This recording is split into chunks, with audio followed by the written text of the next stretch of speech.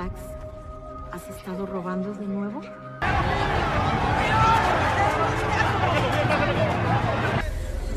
Atención, los trabajadores no pueden visitar el baño.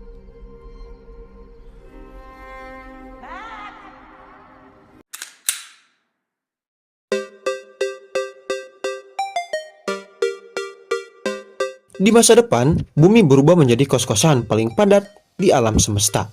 Penghuninya udah kebanyakan, sementara fasilitasnya minim dan pengelolaannya sudah angkat tangan. Ketika kondisi sudah mencapai titik yang tidak lagi menguntungkan bagi segelintir orang yang berkuasa, solusi yang dipilih bukanlah perbaikan global, melainkan pemisahan kelas secara ekstrim. Orang-orang kaya, para pejabat, dan tentunya opung-opung 9 naga memutuskan untuk meninggalkan bumi. Mereka membangun sebuah tempat tinggal sekaligus peradaban yang mereka namakan Elysium.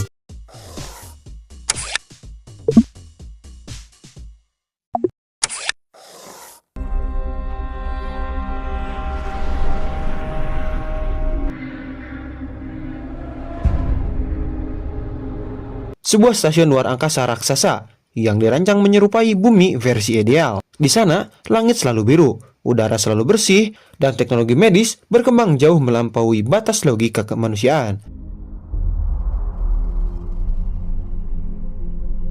Los trabajadores no pueden visitar el baño más de una vez por turno. Penyakit bukan lagi ancaman, usia bukan lagi batasan, dan kematian menjadi sesuatu yang bisa ditunda sesuka hati selama seorang memiliki akses dan doku yang banyak. Sementara itu, bumi dibiarkan menjadi tempat pembuangan, tempat di mana manusia hidup berdesakan, bekerja keras tanpa jaminan, dan mati pelan-pelan tanpa pernah benar-benar diperhatikan.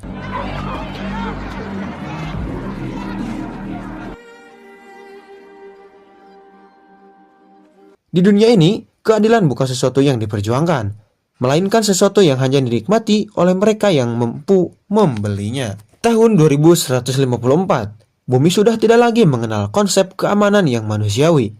Aparat kepolisian digantikan oleh robot AI yang menjalankan hukum acara absolut, tak pakai hati, dan yang ada hanya gada besi seperti senjata api.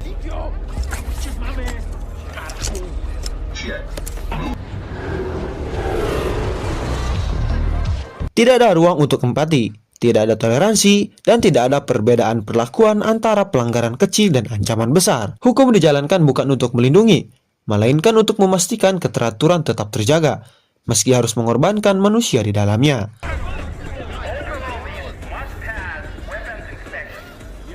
Di tengah dunia yang keras ini, hidup seorang pria bernama Plontos, bernama Max. Ia bukan pemimpin perlawanan, bukan pula simbol harapan, ia hanyalah satu dari jutaan orang yang berusaha bertahan hidup di sistem yang sejak awal tidak pernah berpihak kepadanya.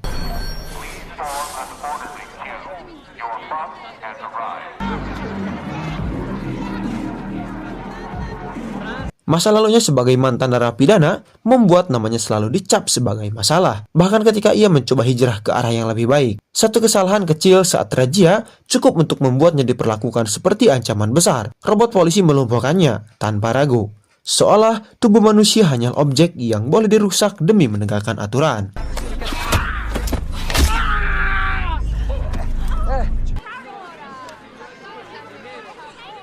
Max? Cedera yang dialami Max membawanya ke rumah sakit umum, tempat di mana keterbatasan fasilitas sudah menjadi hal biasa. Gak ada fasilitas kesehatan yang cukup, apalagi obat ampuh yang diharap jadi penyembuh. Yang ada hanya obat generik seperti Panadol, Mixagrip, dan kawan-kawannya. Namun, di sanalah ia bertemu kembali dengan Frey, mantan kekasihnya yang kini bekerja sebagai perawat. Frey hidup sebagai ibu tunggal dengan seorang anak perempuan yang masih kecil, berjuang di dunia yang bahkan orang dewasa pun kesulitan bertahan. Pertemuan mereka singkat, hangat, namun dipenuhi kesadaran bahwa hidup sudah membawa mereka ke arah yang berbeda. Max, I'm so sorry I have to go. It's good to see you. Frey, fracture bed too. Thank you. Max menawarkan makan malam sebagai bentuk terima kasih, sementara Frey menolaknya dengan sopan karena hidup tidak memberinya waktu luang untuk nostalgia. Masalah Max belum selesai. Ia dipanggil ke kantor kepolisian untuk klarifikasi. Tidak ada ruang diskusi di sana. Petugasnya adalah robot yang menjalankan prosedur baku sesuai SOP, tanpa mempertimbangkan konteks. Talking. Police officers noted violent and antisocial behavior. We regretfully must extend. Status pembebasan bersyarat Max ditinjau ulang, dan kemungkinan untuk kembali ke penjara kembali terbuka. Di dunia ini, masa lalu tidak pernah benar-benar ditinggalkan. Ia hanya menunggu kesempatan untuk digunakan kembali sebagai alasan penindasan. Atención, los trabajadores no pueden visitar el baño. Max sendiri bekerja di sebuah pabrik robot. Tempat manusia dan mesin bekerja berdampingan. Meski jelas siapa yang lebih dihargai, pabrik ini dimiliki oleh seorang pengusaha kaya raya yang mempunyai salah satu warga Elysium yang sesekali turun ke bumi hanya untuk memastikan bisnisnya berjalan lancar. Our investors are going to start losing a lot of confidence. Di sini, manusia diperlakukan sebagai komponen produksi yang bisa diganti kapan saja. Keselamatan kerja bukan prioritas utama. Selama target produksi terpenuhi.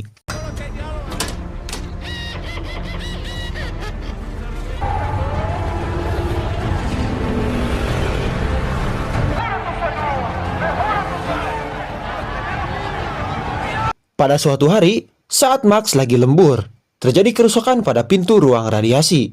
Alih-alih menghentikan produksi dan memastikan keselamatan pekerja, Pandor memilih jalan pintas. Max dipaksa masuk ke dalam ruang tersebut untuk memperbaiki kerusakan dengan cepat. Go in there. No, I mean, look, either you go in there right now, or I'll find. Sistem otomatis aktif, pintu menutup, dan radiasi dilepaskan dalam jumlah mematikan. Max terjebak. Tubuhnya terpapar dosis yang tidak mungkin diselamatkan dengan teknologi bumi. Hasil pemeriksaan medis menyatakan Max hanya memiliki waktu 5 hari untuk hidup. Tidak ada opsi pengobatan, tidak ada BPJS kesehatan, ataupun jam kemas yang bisa ia gunakan. Please sign this to receive medication.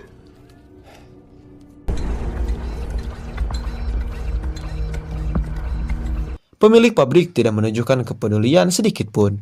Max dipecat begitu saja, seolah kecelakaan yang menimpanya adalah kesalahan pribadi, bukan akibat dari sistem yang serampangan.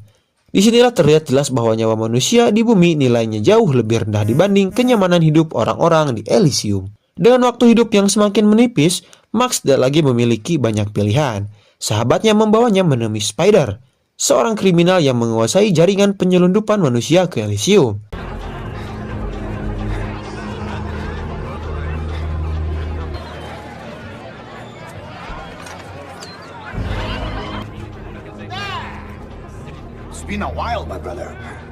Spider bukan penyelamat, tetapi ia paham betul bagaimana memanfaatkan celah dalam sistem.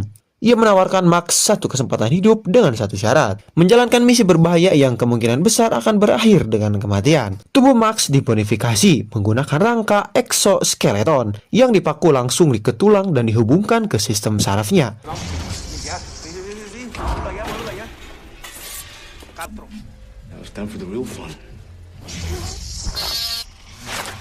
Operasi ini menyakitkan, brutal, dan tidak memiliki jaminan keselamatan. Max kini memiliki kekuatan fisik setara robot, bukan untuk menjadi pahlawan ataupun sok jagoan, tetapi agar cukup kuat digunakan sebagai alat dalam sebuah rencana pencurian data. Target mereka adalah seorang direktur kaya yang menyimpan seluruh data penting Elysium langsung di otaknya.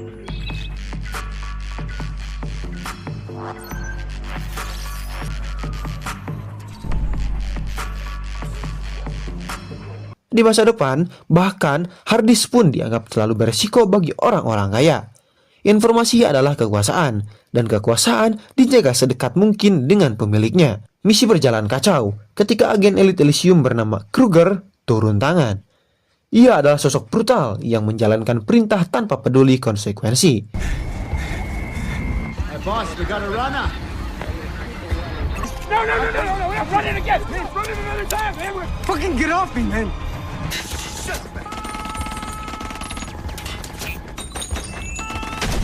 Baku tembak terjadi, robot pengawal dihancurkan, dan satu persatu anggota tim Max tewas. Max berhasil selamat dan memindahkan data dari otak sang direktur ke kepalanya sendiri, menjadikannya satu-satunya orang yang membawa kunci sistem Elysium. Data tersebut bukan hanya berisi kekayaan atau akses finansial, melainkan program inti untuk mereset seluruh sistem Elysium. program yang mampu menghapus batas kelas sosial dan secara otomatis menjadikan seluruh manusia sebagai warga resmi dengan hak yang sama.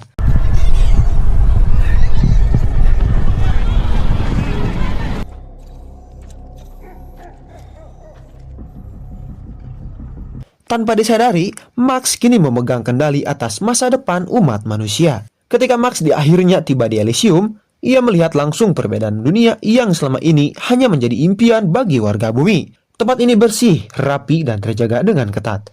Tidak ada kemiskinan yang terlihat, tidak ada penderitaan yang dipamerkan, namun di balik keindahannya, Elysium berdiri di atas penderitaan jutaan manusia yang ditinggalkan.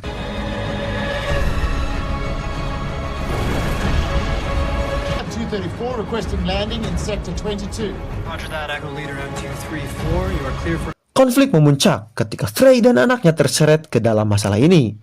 Kruger menjadikan mereka alat tekanan, menunjukkan bahwa di dunia yang katanya maju, kekerasan tetap menjadi bahasa utama kekuasaan. Max yang sejak awal hanya ingin menyelamatkan dirinya sendiri, akhirnya menyadari bahwa hidupnya sudah tidak bisa dipisahkan dari nasib orang lain.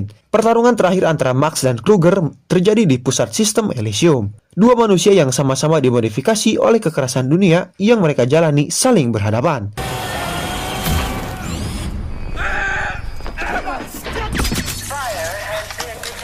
On the door! On the door!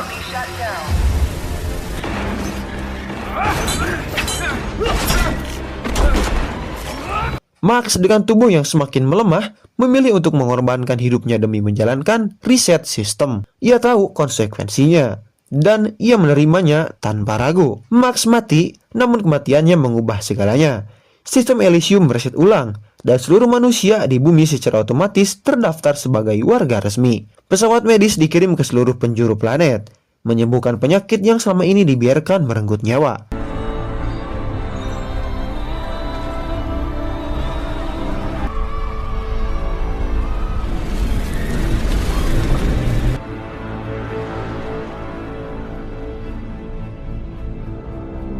Untuk pertama kalinya, akses terhadap kehidupan yang layak tidak lagi ditentukan oleh status sosial atau kekayaan. Elysium berakhir bukan dengan kemenangan gemilang, melainkan dengan ironi yang sunyi. Dunia tidak tiba-tiba menjadi sempurna, tetapi ketidakadilan yang selama ini dianggap normal akhirnya runtuh. Max tidak dikenang sebagai pahlawan besar, tetapi pengorbanannya membuktikan bahwa sistem paling kejam sekalipun bisa runtuh oleh satu orang yang sudah tidak memiliki apa-apa lagi untuk diselamatkan. Pada akhirnya, Elysium mengajarkan satu hal sederhana. Ketika dunia rusak, yang kaya tidak memperbaiki, mereka pindah. Dan ketika surga sudah dibangun, yang dijaga mati-matian bukan keadilannya, melainkan kekuasaan untuk menentukan serta memastikan siapa-siapa saja yang pantas diselamatkan. Sekian dari Bang Dixon dan adios amigos permios ngaleos.